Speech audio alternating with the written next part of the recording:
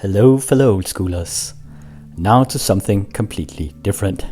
We are back into the first round of the Swiss here with Jens Ole's camera that he brought that's just been planted at a random table, and it'll just record any game that comes up here. So in this first match of the Swiss, we had Jens Ole on the left here versus Stefan on the right. And it's going to be Jens Ole's Stompy-Atog versus Stefan's Atogless-Atog.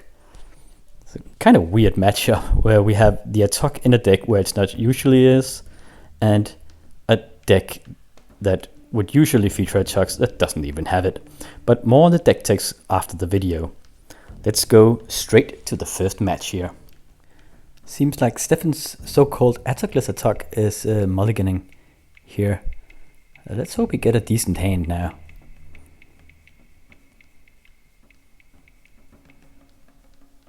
I should probably let go of one or two cards. I didn't quite catch if it was a one mulligan or two. Oh, just a one mulligan. That's good. So 6 cards in hand. Let's see who's on the play. It is Stompy-Atog. Oh, Black Lotus from the get-go here. With 2 scavenger folks. They're 1/1 creatures for 1 mana. And they can sacrifice and play a green mana to blow up an artifact. Mock Sapphire out of Atogless-Atog. Volcanic Island and a BlackWise. Not very good when Jens Ole has played his entire hand like this, but it might come in handy later on if there's a draw 7 or something. I don't think Stompy-Atog will have a hard time playing its cards because, yeah, Stompy is like the mono-green archetype coming over here for 4 points of damage. It's like the mono-green archetype with lots of critters. And Jens Ole has, as far as I remember, he splashed red into it for bolts and Atogs and BlackWises, stuff like that. Chaos Orb here, coming out of Atogless-Atog, activating immediately. Let's see if it hits.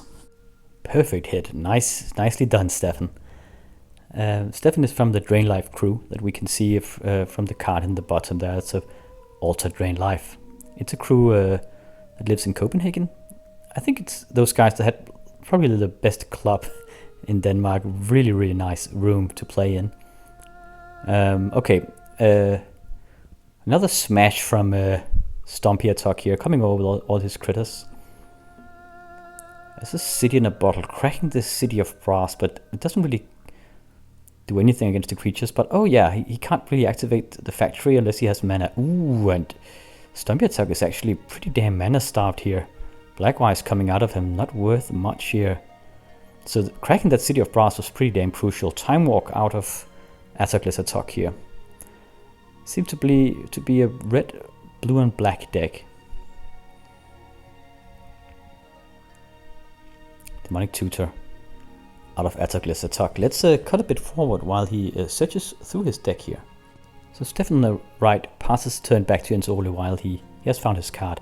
So Jens Ole gets in for another lick here with those 2 1/1 creatures. So it is a bit of a rush, but yeah, man, Jens Ole really needs some lands here. Pretty damn crucial. The Abyss coming out of the Atogless-Atog. So those scavenger folks will die one at a time to that Abyss. Seems like he is stabilizing at this point. Atogless-Atog. Chain Lightning on the dice of Jens Ole. Yeah, no need to kill the scavenger folk. It's dead now in the upkeep. Still no lands for Jens Ole. So frustrating when this happens. Pretty unlucky first game of the tournament for him. Now he's within BlackWise range. I even said that it likely wouldn't bother him because he has such a low mana curve with a Stompy deck. But yeah, turned out not to be true. Now he has to discard here. He can't play anything with a 1 colorless mana. Each turn taking 3 points of damage from that BlackWise. At least there's a red Mox. Now he needs to get stuff going here. But if he Chain Lightnings the other guy, he'll just bounce the Chain Lightning back into his face. I don't think Jens Ole can handle that. Being down to, is it 7 points of life or something like that?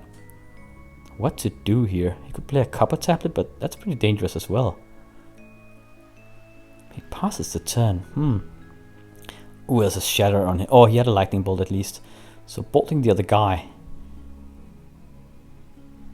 And then the Shatter kills the Red Mox. Okay, they're discussing a bit here. Jens Ole, by mistake, he removed some dice, but no need for that to do that. He hasn't taken any damage left. Ooh, Ank of Mishra out of Atogless-Atog. Yeah, he should. He plays his island first. That's so damn brutal. Jens Ole takes 2 points of damage from the BlackWise. Another BlackWise coming down. Even if he puts down the land now, he can't even afford that. It'll be two points of damage if he does so. Now Sonic blasting him straight out. That's game. Ah, man. Brutal with that land starvation out of Jens Ole. These guys will sideboard a bit. I suspect they'll... Yeah, I don't know. Jens Ole will likely take in... I know his deck because we talked about it before we went to the tournament. So he'll likely take in some Whirling Dervishes against the Abyss. And I guess some more artifact removal. Perhaps some Concordant Crossroads against the Abyss. We'll see. This is round number 2 between them. And this time Jens Ole is on the play, and that's always nice when you play with the BlackWises. We're cutting a bit forward here. I think Atogless-Atog is actually mulliganing one more time. It's not all bad when you're against BlackWises on the draw to mulligan, I suppose, if you don't like your hand. Let's see if he keeps. Yeah, mulligan's down to 6 cards.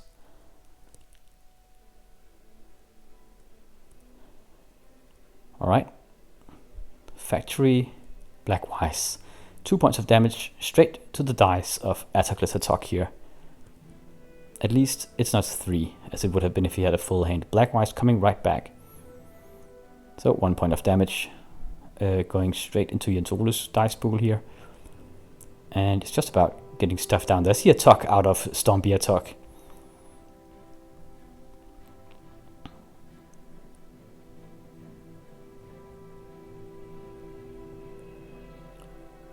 Okay, and he lightning bolts it. Okay, and the Atog eats the BlackWise just to survive. It gives it +2/+2. So, and it's a 1/2 creature, so it has 4 in toughness once it's eaten an artifact.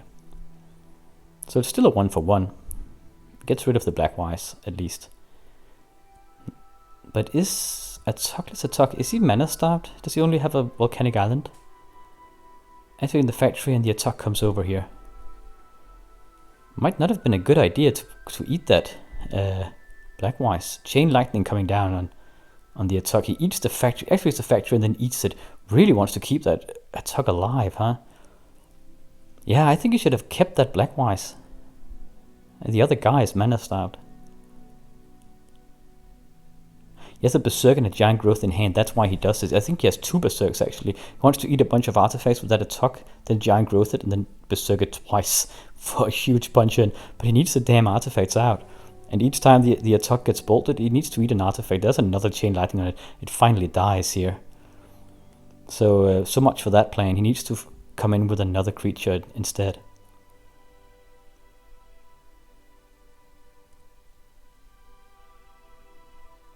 Lots of losses for Jens Ole, losing all those artifacts. Okay, that's a Giant Growth and a Berserk. So that's 8 points of damage right there. He wanted to let it rip when the other guy was tapped out, so he couldn't bolt as a response, I suppose. Time Walking out of Atogless-Atog, 3rd land drop. Lots of volcanic islands. Oh, City in a Bottle, and another BlackWise cracking out that City of Brass. Chain Lightning from Jens Ole, making sure to hit the other guy while he's tapped out, so he can't bounce the Chain Lightning back into the other player. And then passes turn.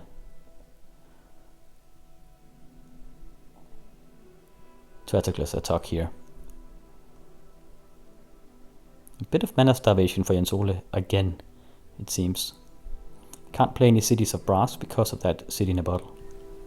Now, attacking with the factory with the other factory, he can only do 2 points of damage then.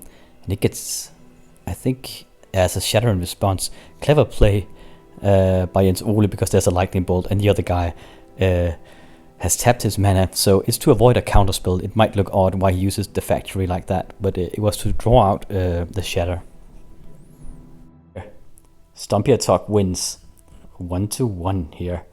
So some quick games actually. Coming down to the final game, both very, very aggressive burn decks here. We'll let these guys sideboard and then get back into round number 3. Now this time Atogless-Atog is on the play, and that's always in the BlackWise matchup like this. Yeah, it's a real good advantage, an edge to have. Oh, but Yentoli just empties his hand here. With a Script Sprite and a Whirling Dervish and a Chain Lightning from that Mox Ruby. What a start from Stompy-Atog here. Critters all over the place, and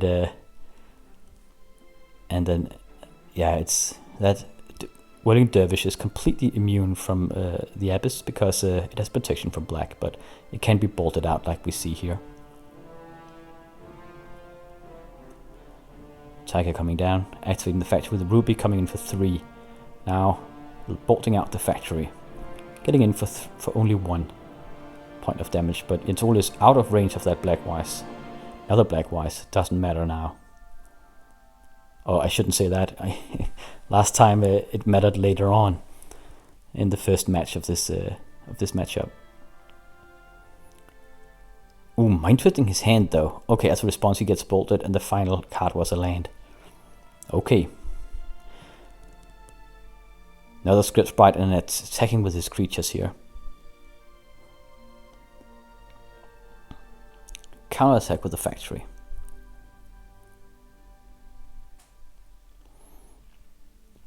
Yeah, attacking here, and the Pendelhaven just keeps on pumping one of the Script Sprites plus 1/2.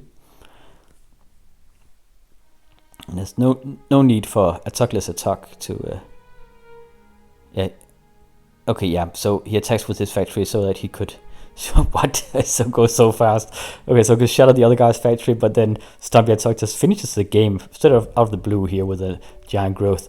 So quick and dirty matchup here. 2 very, very quick and aggressive decks coming up against each other.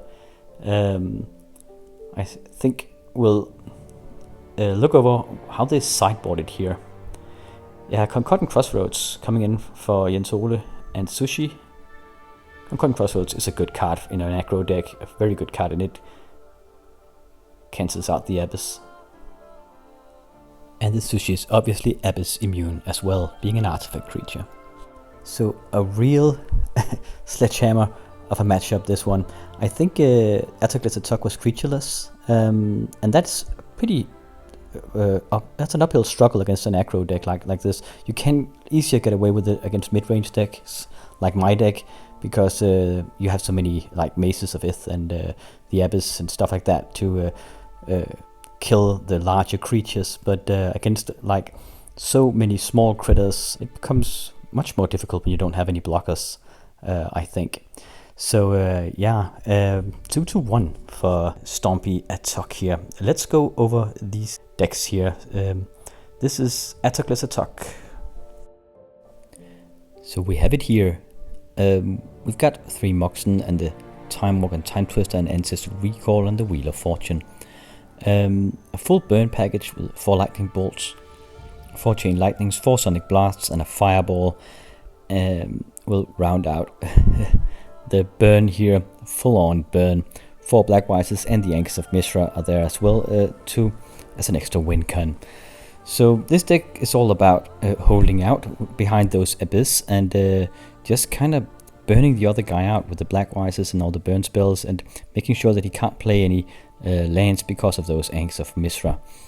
2 main decks sitting in a bottle here. That's rarely seen in this day and age, but I suppose it's great against some mid-range decks like Ernam Jensen, Jusum Jensen, Serendipity Freets.